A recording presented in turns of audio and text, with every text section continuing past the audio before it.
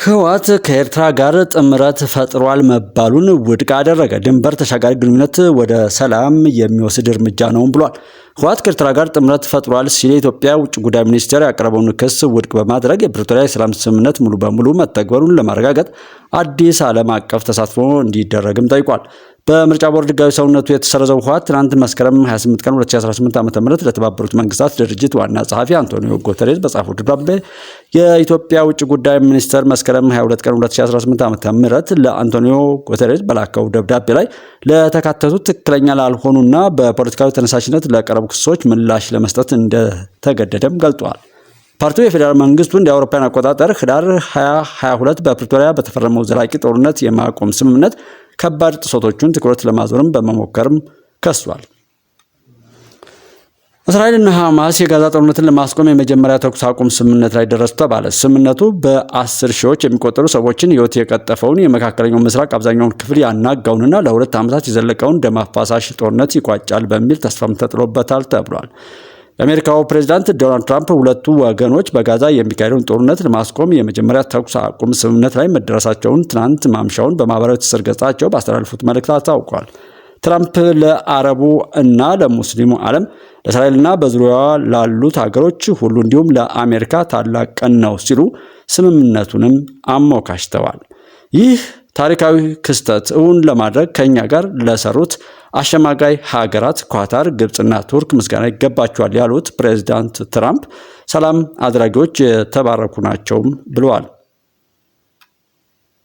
በተኩስ አቁም ስምምነቱ ጋዛ ውስጥ በሐማስ የተያዙ ታጋቾች በሙሉ በቅርቡ እንደሚለቀቁ የገለጹት ትራምፕ ከእስራኤልም ለጠንካራ ዘላቂና የማይጠፋ ሰላም እንደ መጀመሪያ እርምጃ ወታደሮቿን ስምምነቱ ወደ ተደረሰበት መስመር እንደምታስወጣም ጠቁሟል። የእስራኤል ጠቅላይ ሚኒስትር ቤንያሚን ኔታንያሁ በበኩላቸው ለእስራኤል ታላቅ ቀን ነው ሲሉ ስምምነቱን ተቀብለውታል። ይህ ዲፕሎማሲያዊ ስኬት ለእስራኤል መንግስት ብሔራዊና ሞራላዊ ድል ነው ያሉት ኔታንያሁ ከመጀመሪያውኑ ግልጽ አድርጌ ነበር፣ ሁሉም ታጋቾቻችን እስኪለቀቁና ሁሉም ግቦቻችን እስኪሳኩ ድረስ አናርፍም ብለዋል። የኢትሃድ አየር መንገድ ከአቡዳቢ ወደ አዲስ አበባ ዕለታዊ በረራ ጀመረ ተባለ። የኢትሃድ አየር መንገድ ወደ አዲስ አበባ በረራ የጀመረው ባሳለፍነው ዓመት በመጋቢት ወር ከኢትዮጵያ አየር መንገድ ጋር ስምምነት መፈራረማቸውን ተከትሎ ነው ተብሏል። ስምምነቱ የኢትዮጵያ አየር መንገድ ከአዲስ አበባ ቦሌ ዓለም አቀፍ አየር ማረፊያ ወደ አቡዳቢ ዛይድ ዓለም አቀፍ አየር ማረፊያ እንዲሁም ኢትሃድ አየር መንገድ ከአቡዳቢ አዲስ አበባ ቀጥታ የበረራ አገልግሎት መጀመር የሚያስችል ነው። በዚህም መሰረት የኢትሃድ አየር መንገድ ትናንት መስከረም 28 ቀን 2018 ዓ.ም ወደ አዲስ አበባ የሚያደርገውን ዕለታዊ በረራ ጀምሯል። የኢትዮጵያ አየር መንገድም ወደ ተባበሩት አረብ ኤሚሬቶች ዛይድ ዓለም አቀፍ አውሮፕላን ማረፊያ የሚያደርገውን በረራ ባለፈው ሐምሌ መጀመሩ ይታወቃል። በበረራ ማስጀመሪያ ስነ ስርዓቱ ላይ የኢትዮጵያ አየር መንገድ ዋና ስራ አስፈጻሚ አቶ መስፍን ጣሰው እንዲሁም የኢትሃድ አየር መንገድ ዋና ስራ አስፈጻሚ አንቶናልዶ ኔቬስ ተገኝተዋል ተብሏል። በዚህ ወቅት አቶ መስፍን ጣሰው ሁለቱ አየር መንገዶች ተባብረው ለመስራት በፈረሙት የመግባቢያ ስምምነት መሰረት ወደ ስራ ገብተዋል ማለታቸውን ኤፍኤምሲ ዘግቧል። አክለውም እነዚህ አዳዲስ በረራዎች በተለይም የቱሪዝምና የንግድ ዕድሎችን በማስፋት ለኢትዮጵያ ኢኮኖሚያዊ እድገት ወሳኝ መሆናቸውም ተጠቁሟል። የኢትዮጵያና ኢትሃድ አየር መንገድ በመጋቢት ወር 2017 ዓ.ም በአዲስ አበባ የተፈራረሙትን የኮድ ሼር ስምምነት በሰኔ ወር ተግባራዊ ማድረግ መጀመራቸውም ይታወሳል ነው የተባለው። ኢትዮጵያና የአውሮፓ ህብረት ስትራቴጂካዊ የትብብር ስምምነት ተፈራረሙ። ኢትዮጵያና የአውሮፓ ህብረት በተለያዩ ዘርፎች ያላቸውን ትብብር ማጠናከር የሚያስችላቸውን ግሎባል ጌትዌይ ፓርትነርሺፕ የትብብር ስምምነት መፈራረማቸውን የውጭ ጉዳይ ሚኒስቴር አስታውቋል። ስምምነቱን ፕሬዝዳንት ታዬ አጽቀሥላሴና የአውሮፓ ህብረት ኮሚሽን ፕሬዝዳንት ኡርሱላ ቮን ደር ሌን የተፈራረሙ ሲሆን ይህም በኢትዮጵያና በአውሮፓ ህብረት መካከል ላለው የረጅም ጊዜ አጋርነት አዲስ ምዕራፍ የሚከፍት እንደሆነም ተጠቁሟል።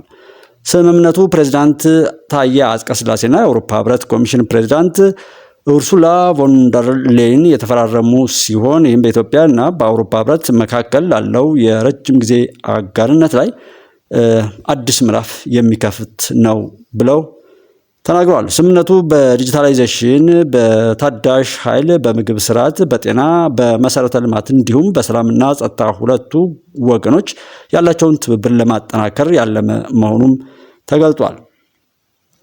ከስትራቴጂያዊ አጋርነት ስምምነቱ አስቀድሞ ፕሬዚዳንት ታዬ እና ኡርሱላ ቮን ደር ሌየን በተለያዩ ጉዳዮች ዙሪያም ተወያይቷል። ፕሬዚዳንት ታዬ በዚህ ወቅት የአውሮፓ ህብረት ግሎባል ጌትዌይ በኢትዮጵያና በህብረቱ መካከል የጋራ ስትራቴጂካዊ ራዕይ ለመቅረጽና አጋርነታቸውን ይበልጥ ለማጠናከር በትክክለኛው ወቅት ይፋ መደረጉንም አንስተዋል።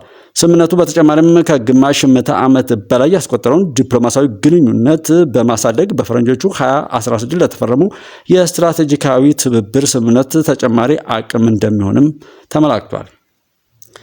ኢትዮጵያ ዓለም አቀፉ ማህበረሰብ ስደተኞችን ለመርዳት ትብብሩን እንዲያጠናክር ጥሪ አቀረበች። ኢትዮጵያ በጄኔቫ ስዊዘርላንድ እየተካሄደ ባለው 76ኛው የተባበሩት መንግስታት የስደተኞች ከፍተኛ ኮሚሽን የስራ አስፈጻሚ ስብሰባ ላይ ዓለም አቀፉ ማህበረሰብ ስደተኞችን ለመርዳት ትብብሩን እንዲያጠናክር ነው የጠየቀችው። በስብሰባው ኢትዮጵያን በመወከል የስደተኞችና ከስደት ተመላሾች አገልግሎቶች ዋና ዳይሬክተር ወይዘሮ ጠይባ ሐሰን እየተሳተፉ ይገኛል። ዋና ዳይሬክተሯ በዚሁ ወቅት ኢትዮጵያ ከ1.1 ሚሊዮን በላይ ስደተኞችን እያስተናገደች እንደምትገኝ የገለጹ ሲሆን ይህን ተከትሎ የገጠማት የሚገኘውን ፈተና ለኮሚቴውም አስረድቷል። ኢትዮጵያ በዓለም ላይ በርካታ ስደተኞችን ከሚያስተናግዱ ሀገራት መካከል አንዷ መሆኗን ያስታወሱት ዋና ዳይሬክተሯ በተለይም ያለፉት 10 ዓመታት ለሀገሪቱ እጅግ ፈታኝ እንደነበርም ነው ያብራሩት። አክለውም ከደቡብ ሱዳን የሚገቡ አዳዲስ ስደተኞች ዓለም አቀፍ ድጋፍ ሳያገኙ መምጣታቸው የዘንድሮውን ዓመት ለኢትዮጵያ ፈታኝ እንዳደረገውም አመላክተዋል። የሰብአዊ እርዳታ ፍላጎት እየጨመሩ ቢመጡም ዓለም አቀፍ የገንዘብ ድጋፍ በከፍተኛ ደረጃ ዝቅ ማለቱን የጠቆሙት ወይዘሮ ጠይባ አያይዘውም ስደተኞችን ለመርዳት ከለጋሾች የሚገኘው ድጋፍ ስደተኞችን በበቂ ሁኔታ ለመርዳት ከሚያስፈልገው አንጻር አለመመጣጠኑ የተመዘገቡ ስኬቶችን አደጋ ላይ እየጣለ ነው ሲሉም አስጠንቅቋል። የዓለም አቀፍ ማህበረሰብም ስደተኞችን ለመርዳት ትብብሩን እንዲያጠናክርና ፍትሐዊ የሆነ የኃላፊነት ክፍፍል እንዲኖርም ጥሪ አቅርበዋል። የሶማሊያው ፕሬዝዳንት በቀይ ባህር ዳርቻ በሚገኙ ሀገራት መካከል ሰላማዊ ውይይት እንዲደረግ ጥሪ አቀረቡ። የሶማሊያው ፕሬዝዳንት ሐሰን ሼክ መሐመድ ቀይ ባህርን የሚዋሰኑ ሀገራት ውይይትና ትብብርን እንዲከተሉ አሳስበዋል። የሀገራት ሉዓላዊነትን ማስጠበቅና ግጭትን የመከላከል አስፈላጊነትንም አጽንኦት ሰጥተዋል። ፕሬዝዳንቱ ከአልአረቢያ ጋር ባደረጉት ቆይታ ኢትዮጵያ የባህር በር የሌላት ሀገር ብትሆንም ቀይ ባህርን ለመጠቀም ህጋዊ መንገዶች አሏት ሲሉም ገልጸዋል። አክለውም ይህም ዓለም አቀፍ ተቀባይነት ባላቸው መርሆች መሰረት መሆን አለበትም ነው ያሉት።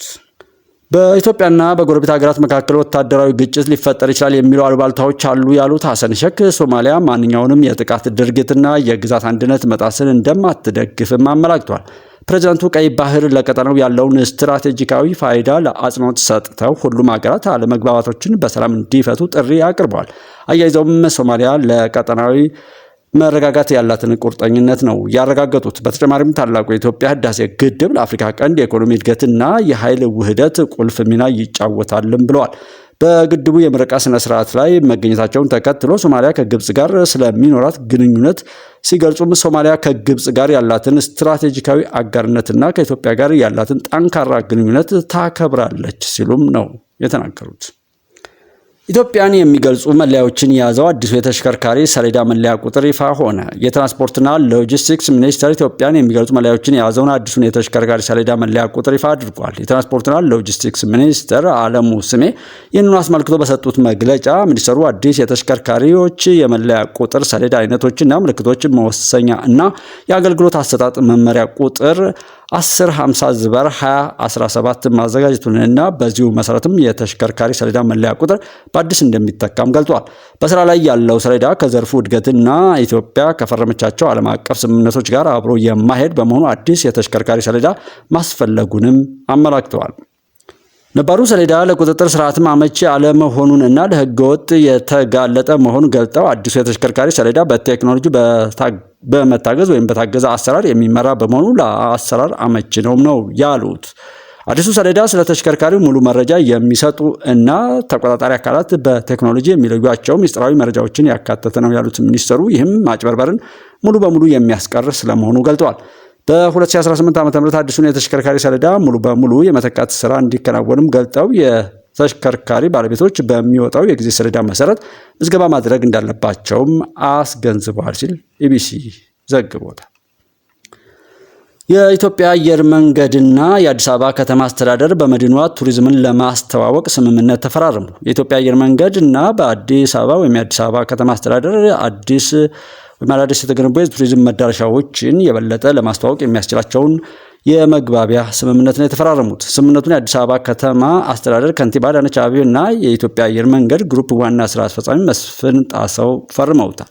ስምምነቱ የኢትዮጵያ አየር መንገድን በመዲናዋ እየተከናወኑ በሚገኙ የልማት ስራዎች ላይ አጋር ማድረግ፣ በኮሪደርና የወንዝ ዳርቻዎች ልማት የለሙ አዳዲስ የቱሪዝም መዳረሻዎችን ማስተዋወቅ፣ በዚህም የስቶፕ ኦቨር ቱሪዝም ተጠቃሚነትን ማሳደግ፣ የከተማዋን አዲስ መለያ የሆነውን ኒው ፌስ ኦፍ አፍሪካን ማስተዋወቅ የሚያስችል ነው ተብሏል። በፊርማ መርሃ ግብሩ ላይ የአዲስ አበባ ከተማ ከንቲባ አዳነች አቤቤ አየር መንገዱ በመዲናዋ በኮሪደርና የወንዝ ዳርቻው ልማት የለሙ አዳዲስ የቱሪስት መዳረሻ ስራዎችን የበለጠ ለማስተዋወቅ የሚሰራ መሆኑን አድርገዋል። በዚህም የአየር መንገዱ ከአሁን ቀደም ሲያደርጋቸው የነበሩትን ድጋፎች አጠናክሮ እንደሚቀጥልም አረጋግጠዋል ሲል ኢዜአ ዘግቦታል። ከኦሮሚያ ክልል ተፈናቅለው በዋግ ኽምራ ዞን ተጠልለው የሚገኙ ተፈናቃዮች የከፋ ችግር ውስጥ መሆናቸው ተነገረ። ምነው ባልተፈጠርኩ የሚባልበት ደረጃ ላይ ደረስን ነው ያልነው ሲሉ ተፈናቃዮች ተናግረዋል። ከኦሮሚያ ክልል ምስራቅ ወለጋ ዞን ጉዱ ሶዮ ወረዳ አለም ሰየ ቀበሌ ተፈናቅለው በአማራ ክልል ዋግ ኽምራ ብሔረሰብ አስተዳደር ሰቆጣ ከተማ አቅራቢያ ማይ ጉሊት አካባቢ ተጠልለው የሚገኙ ተፈናቃዮች የምግብ አቅርቦት እጥረትን ጨምሮ ለተለያዩ ችግሮች መጋለጣቸውን ለአዲስ ስታንዳርድ ገልጸዋል ተብሏል። ለደህንነታቸው በመስጋት ስሜ አይጠቀስ ያሉ አንድ ተፈናቃይ ከ4 ዓመታት በፊት ጥቅምት 20 ቀን 2014 ዓ.ም ከኦሮሚያ ክልል ምስራቅ ወለጋ ዞን ጉዱ ሶዮ ወረዳ አለም ሰየ ቀበሌ ማንነትን መሰረት ባደረገ ግጭት ምክንያት ቤት ንብረታቸውን ጥለው መውጣታቸውን ለአዲስ ስታንዳርድ ተናግረዋል። ተፈናቃዩ 3 ሄክታር ገደማ እርሻ ነበረኝ፣ 10 ከብቶችም ነበሩኝ። ይህን ሁሉ ነው ጥዬ የወጣሁት። ንብረታችንን ከወሰዱት በኋላ ወዲያው ቤታችንንም አቃጠሉት። አርብ ዕለት ነበር ይሄ የሆነው።